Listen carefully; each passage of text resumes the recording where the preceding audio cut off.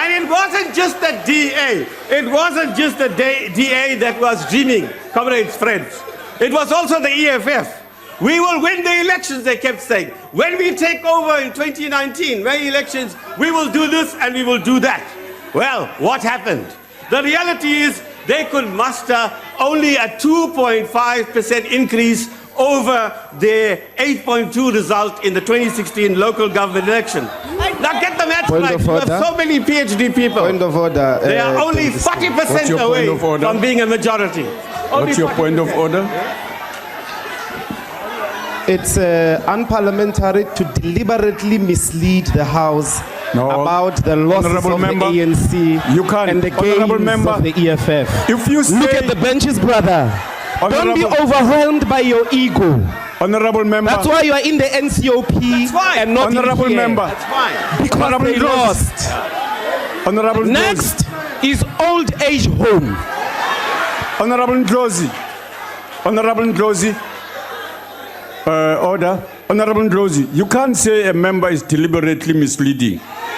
That's unparliamentary, and you must withdraw it. Withdraw it. You know that. You know the rules. I withdraw that he's deliberately misleading the House. Unconditional, honorable member. I unconditionally withdraw and sustain the old age home destination. That is your destination. Honorable Ndlozi, can you kindly please withdraw unconditionally? I kindly please withdraw and sustain honorable the member, age destination. Honorable member, this is the last time. Withdraw, please. Didn't I do that? I withdraw. Okay. Are you happy, brother? Withdraw. Take your seat. Well, go ahead, honorable member. Yeah, it's not an attack on me, it's an attack on the IEC. These are their results, right? So, if the DA dreams about the free market, the EFF dreams about an all-powerful Father Christmas state that will deliver everything and anything to everybody overnight. And let me tell you, it's not simple Mao suits of the 1960s they want for all. It's Louis Vuitton red overalls. Nationalize, they say. Nationalize, and hey presto, everything gets solved. Now, this is idealism of the worst sort. The EFF claims to be Marxist. Where is the historical materialism? No assessment of the historical juncture, of the concrete economic and political terrain, of the domestic and global forces, balance of forces, of the strength of the state, of the readiness of the working class and its allies for socialism. And where exactly is the EFF socialist struggle, working class base? Where's the trade union movement? Where's the workers? Where in the world? When did Lenin and Marx say it is the youth that will be the revolutionary motive force for socialism? Not Lenin, not Marx, and not the other great hero. The great Franz Fanon never said that. So, why this youth fundamentalism? Everybody over the age beyond Malema's age is a reject, is a hack. Yet they admire China. What's the average age of the Central Committee or the government of China? Point of order. The EFF is voluntarist. The EFF. What's your point of order, honorable member? Can we ask this demoted member of parliament to say Honorable Malema? It's law here in parliament. Okay. Must respect us. Mr. Malema is acceptable, Mr. Please. Malema. Okay. Yes. Yeah, all right. exactly. All right. The EFF is voluntarism with no foundation in materialism. This idealism, this voluntarism is closely linked to its populism. And this populism is closely linked to its militaristic posture. There is no armed struggle. We are a democracy. They're in parliament. Why do they have as the head a commander-in-chief? Where's the internal democracy? Who is he commanding? Towards what end? No clarity, right?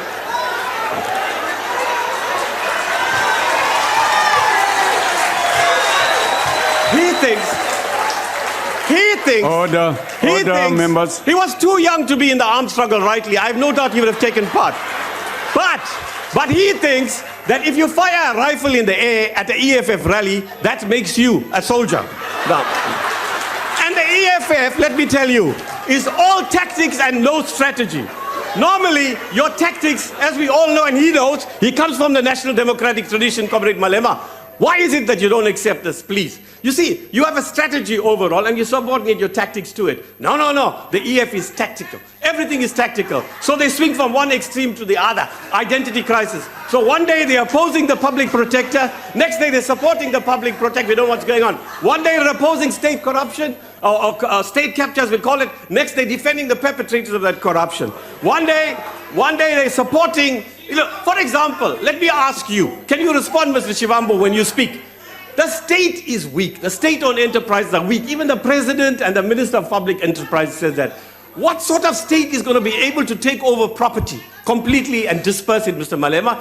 Let's engage around that. There's somebody else who's going to deal with the land issues. I've got only 254 minutes. So, you can be technically flexible, but it must be part of an overall strategy, right? Now, the EFF claims to be Marxist. In what sense, you can't tell. Like the DA, you two parties are the opposite sides of the same coin. Both suffering from an identity crisis. Both don't know where you're going because Mr. Zuma is not here anymore. Now, which is not to say, President, we don't have our own internal problems. It's there. Even the peasants in Outer Mongolia know it, and the frozen citizens of Alaska know it. And we have to do something, Mr. President. You and the Deputy President and the SG, wherever he is, I hope he's listening. Or at least somebody will convey it to him. Now, let me put this to you. We are No. Let me finish. I'm about to finish. You'll be rid of me. Now, look. We're a national liberation movement. We're not a typical party. In a cohesive sense, the DA and EF are meant to be. We are a broad movement of all classes and all strata of the population. And we're in alliance with the Communist Party, mercifully President, and COSATU and Sanko. So it's obvious we can't be ideologically cohesive, Mr. Malema. You know that, in the way you could be and the DA could be. So what's your reason for not being ideologically cohesive? DA, I don't know, you're a party. But you know what? We respect the free market. The president has gone overboard, and the deputy president and the ministers. We believe the free market has a role to play. We are committed to the private sector. We're not frightening them away. It'll be foolhardy and anti-Marxist, even President, the General Secretary of the party in the other capacity, you'll agree. Now, look, we're saying we want a national democratic revolution, advanced, consolidated, and deepened. We want a national democratic society in which there's both the market and the state. That's why we reject some of what they say. Certainly everything they say and some of what they say. The market and the state, right? That's what we want, a cooperative relationship between them. And we are saying we can't do it on our own as the ANC. We need all of you, despite our differences, despite what I've said here, because I was provoked by Ms. Chirwa more than Mr. Malema. Mr. Malema, by the way, no, Mr. Malema, I was going to be very conciliatory, Mr. Malema, because I saw you on TV, and obviously I Googled you because I had to do the sweeping. You are very much more temperate today than you were in the media. But I can see now you put Ms. Chirwa to do the work, right? Now, as I know it, Mr. Malema, Mr. Shivambu, you're a chief whip of your party. As I know it, when I came in 94, a maiden speech, you don't interrupt, but in return, the maiden speaker... Order, Deputy Speaker. I've only got 13 seconds. Order, point Speaker. of order? No, he must stop undermining women. No. Honorable Chirwa is capable of speaking in this Honorable parliament. member, what's your point of order? You must never undermine women, Chief.